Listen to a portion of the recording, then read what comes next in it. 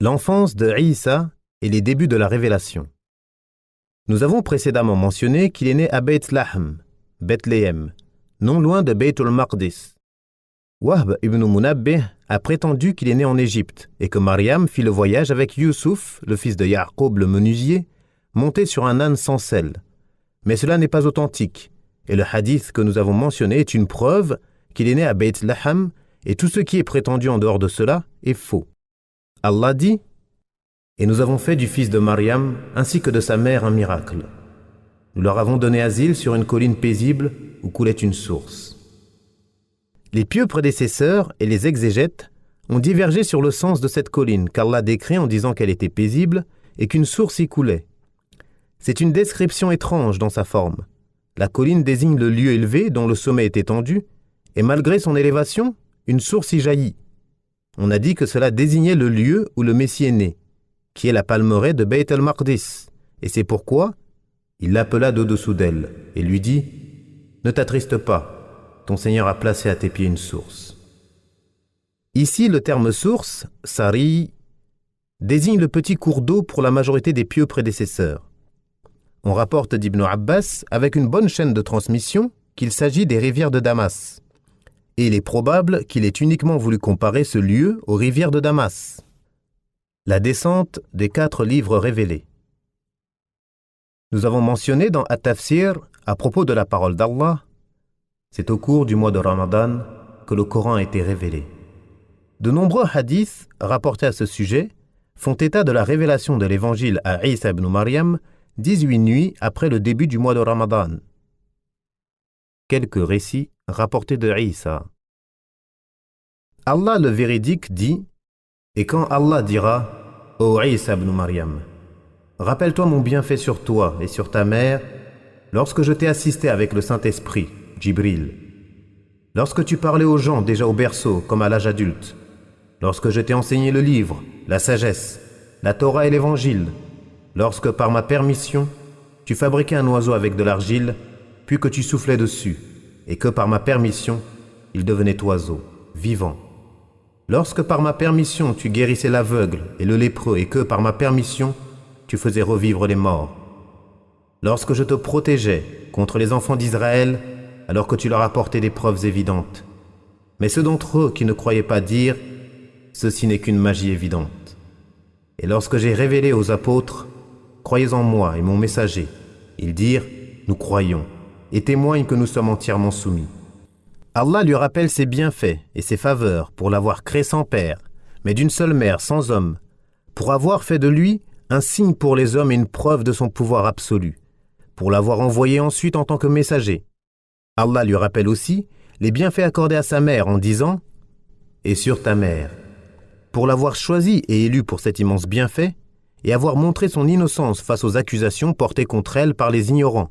C'est pourquoi il dit « Lorsque je t'ai assisté avec le Saint-Esprit », c'est-à-dire Jibril, qui a insufflé de son esprit à sa mère, puis l'a assisté dans sa transmission du message et l'a protégé contre ceux qui n'ont pas cru en lui. Lorsque tu parlais aux gens déjà au berceau, comme à l'âge adulte, c'est-à-dire que tu appelais les gens à Allah au berceau de même qu'à l'âge adulte. Lorsque je t'ai enseigné le livre, la sagesse, c'est-à-dire l'écriture et la compréhension, comme l'ont soutenu certains pieux prédécesseurs. La Torah et l'Évangile, lorsque par ma permission, tu fabriquais un oiseau avec de l'argile. C'est-à-dire que sous ordre d'Allah, tu façonnais de l'argile sous forme d'oiseau, puis que tu soufflais dessus, et que par ma permission, il devenait oiseau, vivant. C'est-à-dire sous mon commandement, et Allah insiste sur la mention de sa permission afin d'écarter tout équivoque.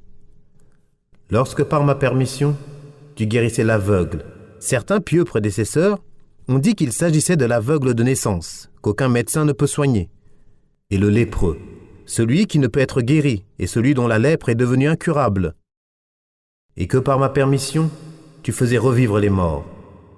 Nous avons rapporté des preuves suffisantes montrant que cela s'est produit de nombreuses fois.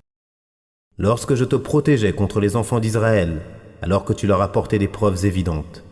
Mais ceux d'entre eux qui ne croyaient pas dirent « Ceci n'est qu'une magie évidente. » Ceux-ci, lorsqu'ils ont voulu le crucifier et qu'Allah l'a élevé à lui pour préserver sa noble personne de tout mal et le sauver de la mort, et lorsque j'ai révélé aux apôtres « croyant en moi et mon messager. Ils dirent, nous croyons, et témoignent que nous sommes entièrement soumis. Le terme révélation désigne ici l'inspiration, c'est-à-dire qu'Allah les a orientés et guidés vers cela. De la même manière qu'il dit, et ton Seigneur révéla, inspira aux abeilles, prenez des demeures dans les montagnes, les arbres et les treillages que les hommes font. Et nous révélâmes, inspirâmes à la mère de Moussa, allaite-le. Et quand tu craindras pour lui, jette-le dans le grand fleuve. Ne sois ni apeuré, ni attristé. Nous te le rendrons et ferons de lui un messager. On rapporte aussi que cela désigne la révélation par l'intermédiaire du messager et la prédisposition de leur cœur à accepter la vérité. Et c'est pourquoi ils répondirent en disant « Nous croyons et témoignent que nous sommes entièrement soumis. » Et cela fait partie des bienfaits d'Allah à l'égard de son serviteur et messager Isa ibn Maryam, de l'avoir soutenu par des apôtres et des partisans qui l'ont secouru et ont appelé avec lui à l'adoration d'Allah, seul et unique, de la même manière qu'Allah dit à son messager Muhammad « Et s'ils veulent te tromper, alors Allah te suffira. C'est lui qui t'a soutenu par son secours, ainsi que par les croyants. Il a uni leur cœur. Si tu avais dépensé tout ce qui est sur terre, tu n'aurais pu unir leur cœur. Mais c'est Allah qui les a unis, car il est puissant et sage. » Allah dit « Et Allah lui enseignera le livre, la sagesse, la Torah et l'évangile. Et il sera le messager aux enfants d'Israël et leur dira « En vérité, je suis venu à vous avec un signe de la part de votre Seigneur. Pour vous, je façonne avec l'argile la forme d'un oiseau, puis je souffle dedans, et par la permission d'Allah, cela devient un oiseau. Et je guéris l'aveugle-né et le lépreux, et je ressuscite les morts par la permission d'Allah. Et je vous apprends ce que vous mangez et ce que vous amassez dans vos maisons. Voilà bien là un prodige pour vous si vous êtes croyants. Et je confirme ce qu'il y a dans la Torah révélée avant moi, et je vous rends licite une partie de ce qui était interdit. Et j'ai certes apporté un signe de votre Seigneur. Craignez Allah donc et obéissez-moi. Allah est incontestablement mon Seigneur et votre Seigneur. Adorez-le donc, voilà le chemin droit. » Puis, quand Isa a ressenti de la mécréance de leur part, il dit « Qui sont mes alliés dans la voie d'Allah ?» Les disciples de Isa dirent « Nous sommes les alliés d'Allah. Nous croyons en Allah et sois témoin que nous lui sommes soumis. Seigneur, nous avons cru à ce que tu as fait descendre et suivi le messager. Inscris-nous donc parmi ceux qui témoignent de la véracité du message. » Et ceux qui ont mécru se mirent à comploter. Allah a fait échouer leur complot, et c'est Allah qui agit le plus astucieusement. Le miracle de chaque prophète correspondait au peuple de son époque. On rapporte que le miracle de Moussa convenait aux gens de son époque qui étaient de grands magiciens. Allah l'envoya alors avec des signes qui ont stupéfait et auxquels les gens étaient contraints de se soumettre. Les magiciens, experts dans l'art de la magie, ont vu que les choses extraordinaires que faisait Moussa ne pouvaient provenir que d'un homme assisté par Allah, qui lui a accordé ces choses extraordinaires pour montrer sa véracité. C'est pourquoi ils se soumirent aussitôt, sans aucune hésitation. Isa ibn Maryam fut lui suscité à une époque marquée par la croyance exagérée au pouvoir de la médecine. Aussi fut-il envoyé avec des miracles qu'il ne pouvait réaliser. Comment, en effet, un médecin peut-il guérir un aveugle-né dont le cas est plus difficile que celui qui a perdu la vue plus tard, que le lépreux et que celui qui a une maladie incurable? Et comment une créature pourrait-elle ressusciter un mort de sa tombe? Ce sont là des miracles qui attestent de la véracité de qui les produit et de la puissance de celui qui l'a envoyé. De même, Muhammad fut suscité à une époque dominée par le pouvoir de l'éloquence et de la rhétorique. Allah lui révéla le Coran, préservé du faux de tous côtés, une révélation émanant du sage et du digne de louange. Par son contenu inimitable, défi fut lancé aux humains et aux djinns d'apporter un livre semblable, ou 10 sourates identiques, ou ne serait-ce qu'une seule. Allah décréta qu'il ne le pourrait jamais, ni à leur époque, ni dans le futur. Si vous n'y parvenez pas, et à coup sûr, vous n'y parviendrez jamais, parez-vous contre un feu dont le combustible sera les hommes et les pierres, réservés aux mécréants. Ceci car il s'agit de la parole du Créateur, et que rien ne lui ressemble, que ce soit dans son essence, ses attributs ou ses actes. L'essentiel est que lorsque Isa leur exposa les preuves évidentes de sa véracité, la plupart d'entre eux persistèrent dans la mécréance, l'égarement, l'injustice et la transgression. Seul un petit groupe d'entre eux crut en lui, le secourut, l'assista et le conseilla. Ceci lorsque les enfants d'Israël voulurent le tuer et le dénoncèrent à un roi de l'époque afin qu'il soit tué et crucifié. Mais Allah le délivra d'eux et l'éleva auprès de lui en donnant son apparence à un autre de ses disciples. Ils le prirent, le tuèrent et le crucifièrent, en étant convaincus qu'il s'agissait de Isa. Or, ils se trompaient en cela et s'enflaient d'orgueil face à la vérité. Beaucoup de chrétiens les crurent, mais les uns et les autres sont certes dans l'erreur. Allah dit « Et ceux qui ont mécru se mirent à comploter. Allah a fait échouer leur complot, et c'est Allah qui agit le plus astucieusement. » L'annonce de la venue de Muhammad. Allah dit « Et quand Isa ibn Maryam dit « Ô enfants d'Israël, je suis vraiment le messager d'Allah envoyé vers vous, confirmant ce qui est venu avant moi dans la Torah, et pour annoncer un messager après moi, dont le nom sera Ahmad. » Puis, lorsqu'il, Muhammad, vint à eux avec des preuves évidentes, ils dirent « C'est une magie évidente. » Et qui est plus injuste que celui qui invente un mensonge contre Allah, alors qu'on l'invite à l'islam? Et Allah ne guide pas les gens injustes. Ils veulent éteindre de leur bouche la lumière d'Allah, et Allah complétera sa lumière, malgré l'aversion des mécréants. C'est lui qui a envoyé son messager avec la guidée et la religion de vérité, pour la placer au-dessus de toute autre religion, malgré l'aversion des polythéistes. Ô vous les croyants, vous indiquerai-je un commerce qui vous sauvera d'un châtiment douloureux? Croyez en Allah et en son messager, et combattez avec vos biens et vos personnes sur le sentier d'Allah. Cela est meilleur pour vous si vous saviez. Il vous pardonnera vos péchés et vous fera entrer dans des jardins sous lesquels coulent des ruisseaux, et dans des demeures agréables dans les jardins éternels. Voilà l'immense succès. Et il vous accordera d'autres choses encore que vous aimez, un secours d'Allah et une victoire prochaine. Et annonce la bonne nouvelle aux croyants.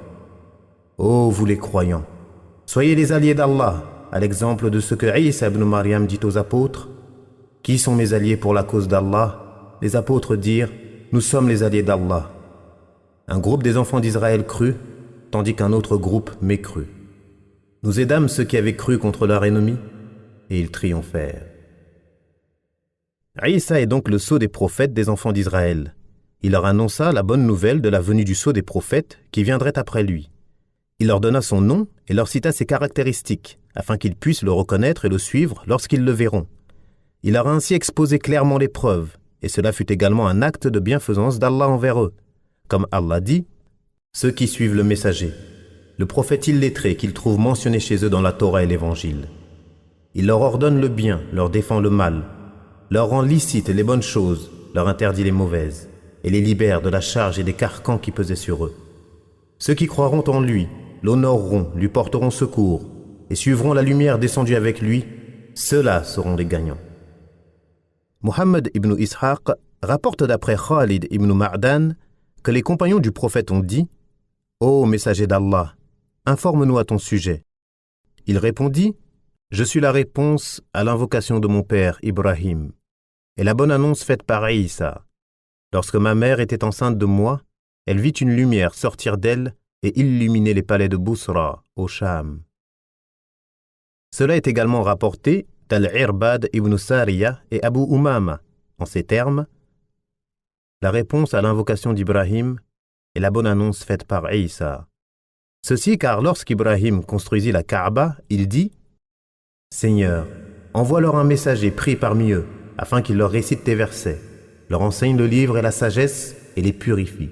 Tu es certes le puissant, le sage. » Lorsque la prophétie cessa chez les enfants d'Israël avec Isa, il leur annonça que la prophétie cessait chez eux et qu'elle viendrait après lui chez le prophète arabe, illettré, le sceau des prophètes, Ahmed, Muhammad ibn Abdillah, ibn Abdil Muttalib, ibn Hashim, qui est de la descendance d'Ismaïl ibn Ibrahim, qu'Allah les salue tous.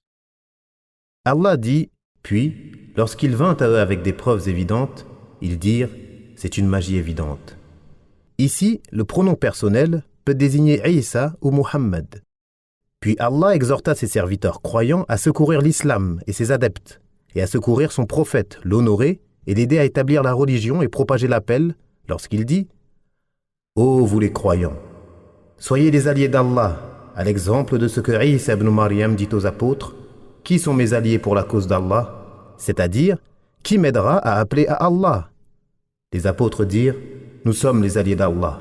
Cela eut lieu dans une ville nommée An-Nasira. C'est pourquoi on les nommait An-Nasara. Allah dit: un groupe des enfants d'Israël crut, tandis qu'un autre groupe mécrut. C'est-à-dire, lorsque Isa ibn Maryam appela les enfants d'Israël et d'autres à Allah, certains crurent et d'autres non. Parmi ceux qui crurent en lui, toute la ville de Antakiya, d'après ce qu'ont rapporté de nombreux historiens et exégètes. Et ce ne sont pas ceux dont il est question dans la sourate Yasin, comme nous l'avons exposé plus tôt. D'autres parmi les enfants d'Israël mécrurent. Ils sont la majorité des Juifs, et par la suite, Allah aida ceux qui ont cru contre ceux qui ont mécru, et ils les dominèrent. Allah dit alors: Ô Isa, je vais mettre fin à ta vie terrestre, t'élever vers moi, te débarrasser de ceux qui n'ont pas cru, et mettre jusqu'au jour de la résurrection ceux qui te suivent au-dessus de ceux qui ne croient pas. Puis, c'est vers moi que sera votre retour, et je jugerai entre vous ce sur quoi vous divergiez. Et plus ceux qui l'ont suivi sont proches de lui, plus ils ont le dessus sur ceux qui le sont moins.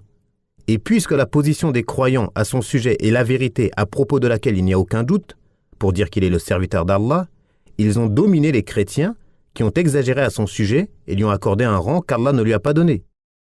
Et puisque les chrétiens sont plus proches dans l'ensemble que les juifs, qu'Allah les éloigne de sa miséricorde, les chrétiens ont dominé les juifs avant l'avènement de l'islam et de ses adeptes, et Allah est plus savant.